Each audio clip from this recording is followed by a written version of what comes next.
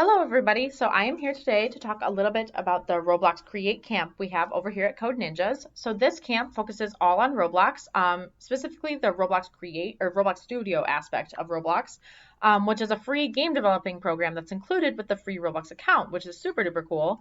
And here, this is the menu for Roblox Studio. So we see there's a lot of different templates that students can use, but I'm probably going to just start with the flat terrain one because I feel like that allows for the most creativity and ability to add different objects to a world. So right here, as you can see, I have the flat terrain loaded, and it's just this flat space that's all grass.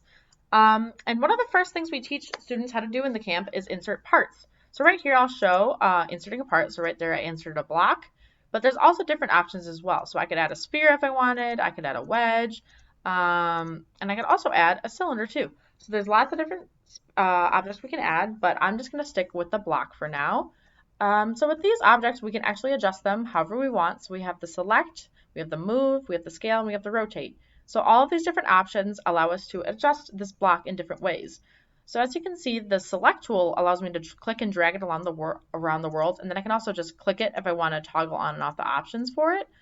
I also have the move tool. So this is a little bit more specific way of moving. You can move it in a straight line, left and right, back and forth, and even up and down. So I'm going to keep it on the ground for now.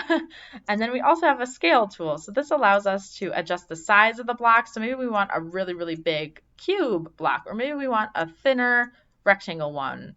So this allows students to customize the parts in the world to their liking. So they can make it really big, really small, really skinny, really thick, totally up to them.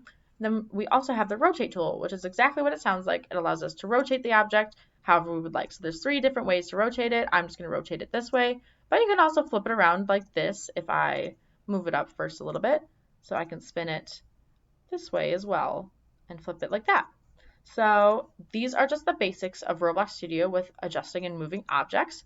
We can also change the material and the color of this block. So if I click it, I can click the material. So here I want to do a brick. So there we go. We have some brick material for our block. And then I can also change the color as well. So maybe I want to make it like yellow brick, or maybe instead I would like to do, what about this pink?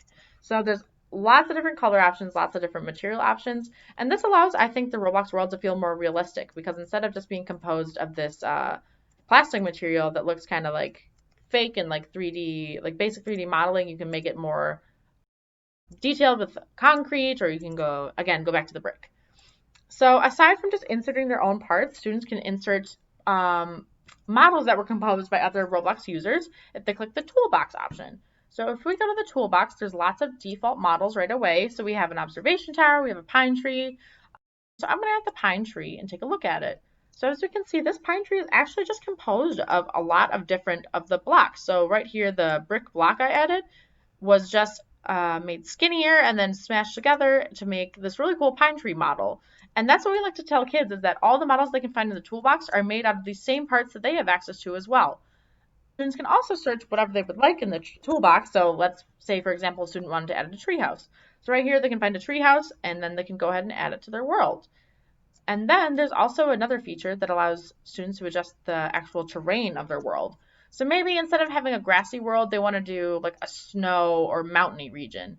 So here, there's an add, subtract, grow, erode, smooth, flatten, paint, and then a sea level adjuster. So I'm going to use the grow. Maybe I want to add some more hillish looking things, or maybe even like a bigger mountain.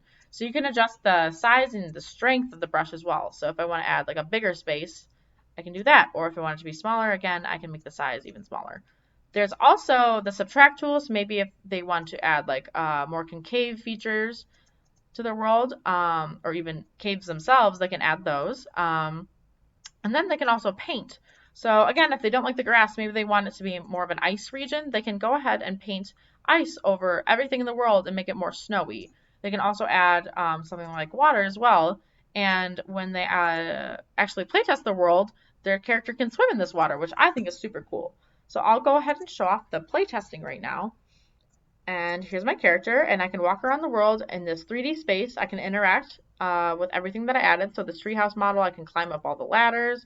And then over here, I can go ahead and go swimming in the water as well. So as you can see, there's lots of different options that we have in Roblox Studio, and we really hope to see your child come to our Roblox Create Camp. Have a good one.